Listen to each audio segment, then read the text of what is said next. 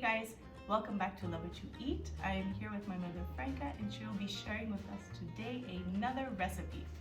It's another traditional recipe from the Campania region. They're called Panzarotti, filled with castagne.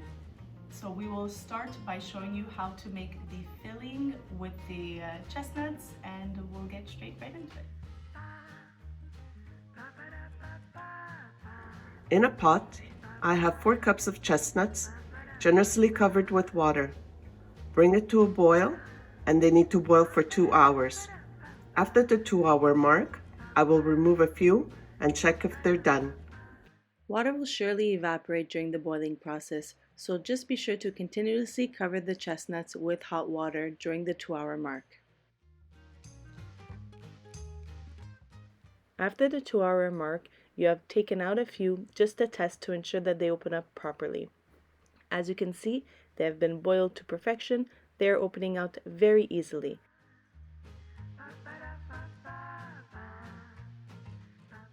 Keep in mind you will come across some chestnuts that are just too stubborn to open. Just set those ones aside, not to worry, we won't be using those.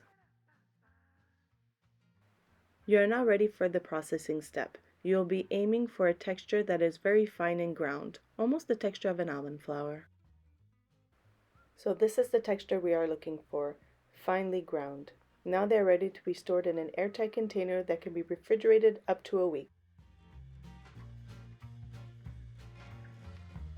Alright guys, so we're back and now we'll be showing you how to prepare a dough that you have seen many times on our channel. But prior to doing this dough, my mother says that we need to remove from the fridge our filling that we just previously did that was chilling in the fridge for how long?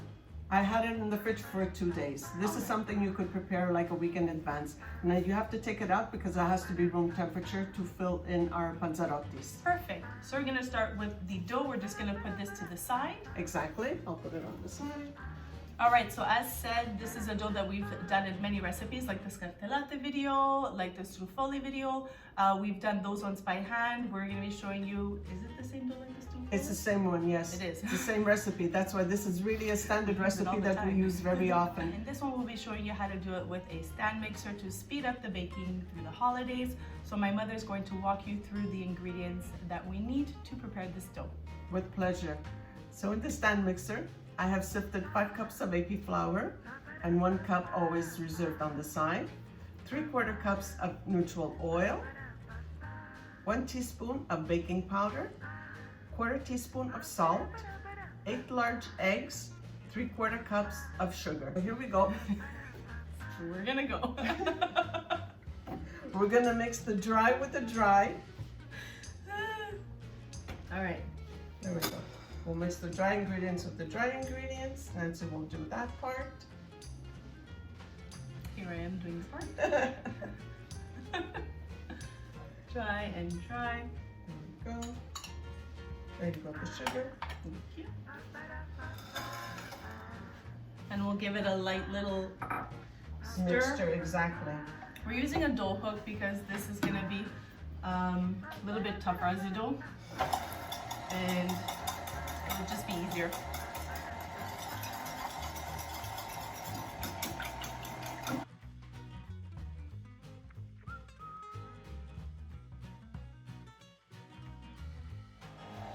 So the dry ingredients have just combined lightly in the mixer.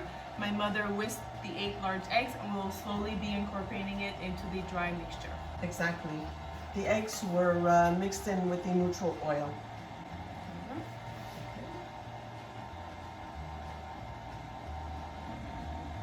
So we don't want to do this too fast because one, we don't want the flour and dry ingredients to just make a whole dust of air. So once you see if it's formed enough, you can increase the speed, but now I'm stirring on a 1.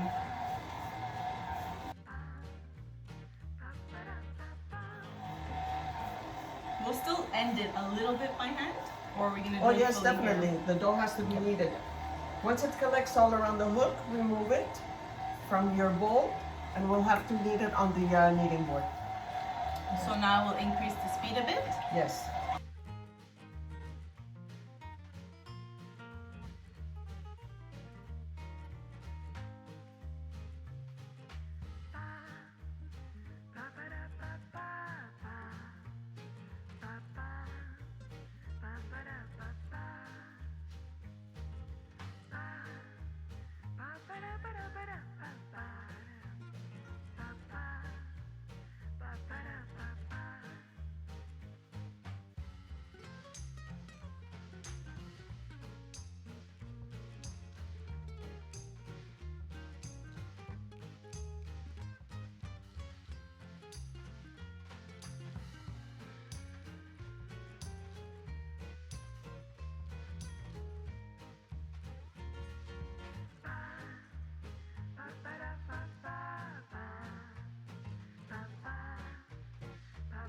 Another trick that my mother taught me, if you're tired of kneading the dough. Pass to your daughter.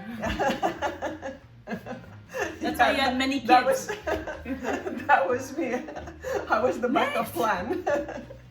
But she would say, do your hands in a fist, and with your knuckles, just go into the dough and work the dough. So we pick up all these little tricks as we go along the way.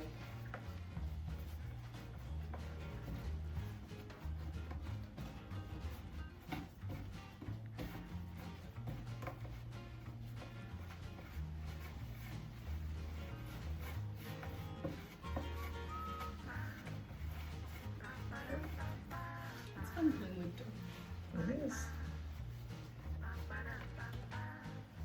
Now we're gonna let it rest in a sealed container, lightly oiled. No, just with 2 plates. 2 plates? Okay. Yeah. We'll lightly oil the dough like we usually do. Put them in 2 plates, cover them with plastic wrap, make the dough rest for an hour, cover it just with a tablecloth. And say a little prayer. Always. There you go. We always put some on our hands. We don't want to oversaturate it. We just want to pat it around. This will be good. A little light in this need. There we go. And it goes. We're gonna cover it with saran wrap, and it's gonna rest for how long? 1 hour, covered with a tablecloth or a blanket, whatever you have. Perfect, and then we'll be ready to roll it out. So we will see you when it is time to roll out. But wait a minute, before we roll out that dough, we need to prepare that delicious chestnut filling. We find that adding 3/4 cup of honey, along with 1/2 cup of white wine of your choice, makes for the perfect flavor profile of the filling, as well as texture. But use your judgment and keep in mind that we don't want the texture of the filling to become too runny. If not, this breaks apart in the frying process of the panzarotti later on.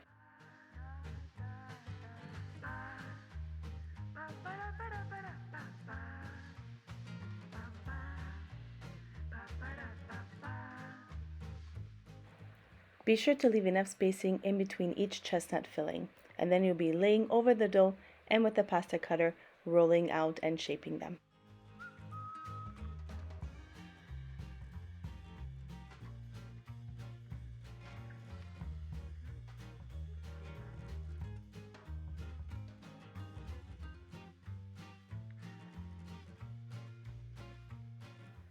With a fork, you'll be pressing along the edges of your panzarotti to ensure that during the frying process they do not open. This step is extremely important, so make sure that the seal is properly done all around.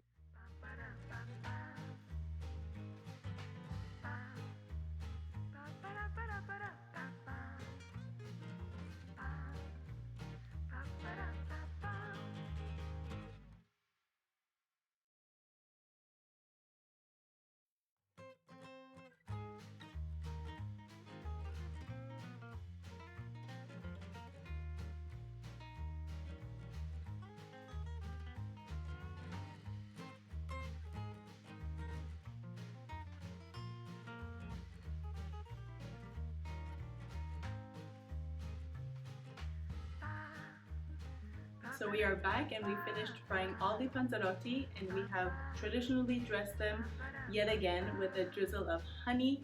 And I love something that my mother explained to me as we were frying, so I asked her to share a little tidbit of the traditional baking that we've been showing you on our channel, and oftentimes repeating the same types of desserts but in different ways.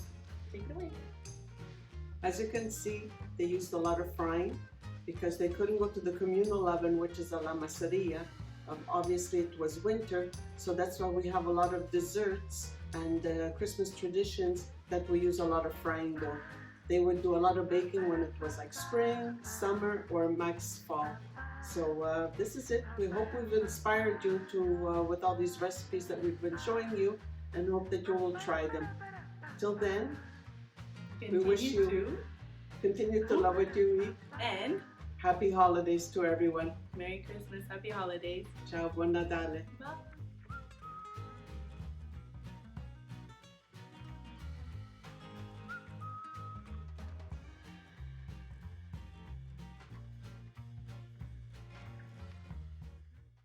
Stay tuned for more mother and daughter baking on Love What You Eat.